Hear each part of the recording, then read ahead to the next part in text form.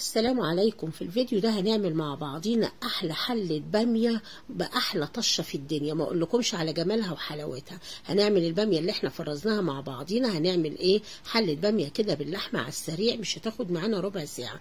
انا هنا بعملها معاكم بالبامية اللي انا مفرزاها مع بعضينا عشان اوريكم ان البامية دي لا هتغير لا لون ولا طعم. فيلا انا دايما اقول لكم ايه اهم من الشغل؟ تنظيم الشغل. يلا ننظم شغلنا ونسمي بالله. بسم الله الرحمن الرحيم. انا جبت حلة حطيتها على النار، نزلت معلقتين سمن بلدي او اي نوع سمنه عندك، وبعد كده السمنه مسخنت معانا كويس. هجيب قطعه من البصل اللي انا مفرزاه في الفريزر. البصل ده انا مشوحاه من غير لا سمنه ولا زيت، وشايلاه في الفريزر وبستخدمه، بيوفر لي وقت ومجهود. انت ما عندكيش البصل المفرز ده، هاتي بصلايه وسط كده وخرجيها مكعبات، وانا هعمل لكم فيديو ليه وهنزله باذن الله. وهنزل عليهم بربع معلقه توم مفروم، ونبتدي نقلبهم مع بعضنا. اول ما ريحه التوم كده تطلع معانا بسيط، هكون مجهزه التوابل بتاعتي. نص معلقه ملح، ربع معلقه شطه، ربع معلقه فلفل اسود، ربع معلقه كزبره، ربع معلقه اي نوع بهارات عندك، ربع معلقه سكر صغيره. كل دي التوابل بتاعتنا هنشوحها مع البصله والثوم. ما اقولكمش على الريحه والجمال لما تشوحي التوابل بتاعتك. بعد كده انا كنت حاطه حله على النار بسلق فيها اللحمه، وانا قبل كده سلقت معاكم اللحمه كتير. انا سويتها نص سوا بالظبط. ليه؟ لان دي لسه هتاخد هنسبكها مع الطماطم، خليها نص سوا.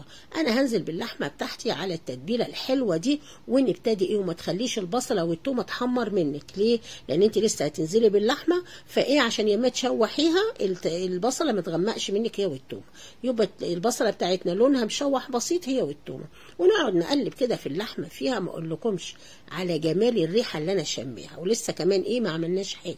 يا ريت اللي ما حطيتليش اللايك تحط لي اللايك عشان فيديوهاتي توصل لكل الناس. اديكم شايفين شكل اللحمه تحفه.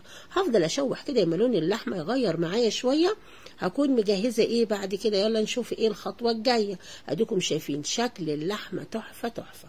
ايه رايكم بقى في شكل اللحمه وجمالها؟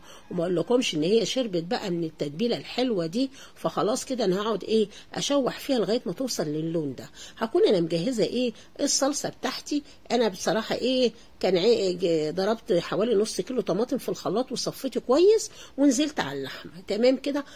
هفضل سايباهم كده لغايه ما يتسبكوا. تمام كده. هفضل سايبه اللحمه في الطماطم، منها تستوي ومنها الطماطم بتاعتك تتسبك. تعرفيها ازاي يا هاله اتسبكت؟ لما تلاقي السمنه بتاعتك ظهرت فوق الصلصه. تمام كده. هنزل عليها بشوربه سخنه من اللي عندي كده بحوالي 4 كبشات. هزودها كده ليه؟ عشان تبقى الصلصه بتاعتك طريه شويه. ولما نزل فيها الباميه بتاعتنا ما تبقاش مختنه معانا او تقيله معانا. وانا قلت ليه ملح قليل؟ لان الشوربه بتاعتنا فيها ملح، فلازم نظبط الدنيا مع بعضينا. ودي الباميه اللي انا مفرزاها معاكم، ادي شايفين شكلها زي الفل. تمام كده. اما تنزل في الصلصه كمان لونها هيفتح تاني. بس ما احطش الباميه على الصلصه الا لما تكون الصلصه بتغلي معانا لاعلى درجه غليان. تمام كده. عشان تاخدي باميه لون وطعم، لا هتغير معاك لون وطعم. وديكم شايفين لما الباميه نزلت في الصلصه لونها ازاي. وهنزل عليها كده بحوالي 3 كبشات 4 من الشوربه بتاعتنا، بس يكونوا سخنين. ايه رايك بقى في شكل الباميه؟ شايفين اول ما نزلت الصلصه لون الباميه كانك لسه جايباها طازه. بصراحه احلى طريقه لتفريز الباميه اللي انا فرزتها معاكم. ودي شايفين معاكم شكل الباميه ازاي بيفضل معايا لاخر كيس لطول السنه، وهي بالشكل اللي انتوا شايفينه ده. شايفين شكل الباميه ازاي؟ شايفين لونها كانك لسه مشترياها دلوقتي. بامانه احلى طريقه لتفريز الباميه اللي انا عملتها معاكم فيديو قبل كده. ونزلت بقرن شطه كده اخضر، ما اقولكمش على طعامته وجماله. بس ما تفتحيش القرن عشان ما يبقاش حامي معانا في الاكل، ما يخليكيش الاكل حامي. تمام كده. وانا كده الباميه بتاعتي بتقلب كده. اول ما تقلب معانا كده ههدي النار واغطي الحله بتاعتي واسيب لغايه ما اللحمه بتاعتنا تستوي والباميه تستوي تبقى زي الفل.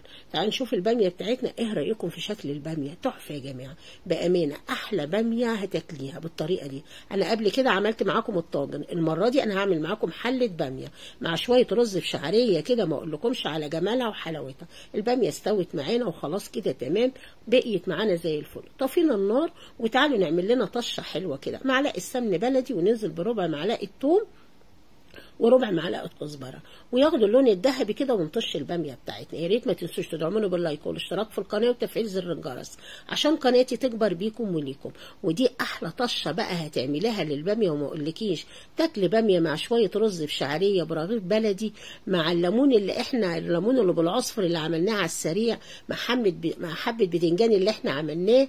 فما اقولكمش احلى اكله في الدنيا. فبتمنى ان انتوا تعملوا طريقتي دي، وبتمنى ان انا اسمع رايكم في التعليقات. وانا متاكده ان الريحه طالعه عليكم دلوقتي وبتقولوا الله زي هنا.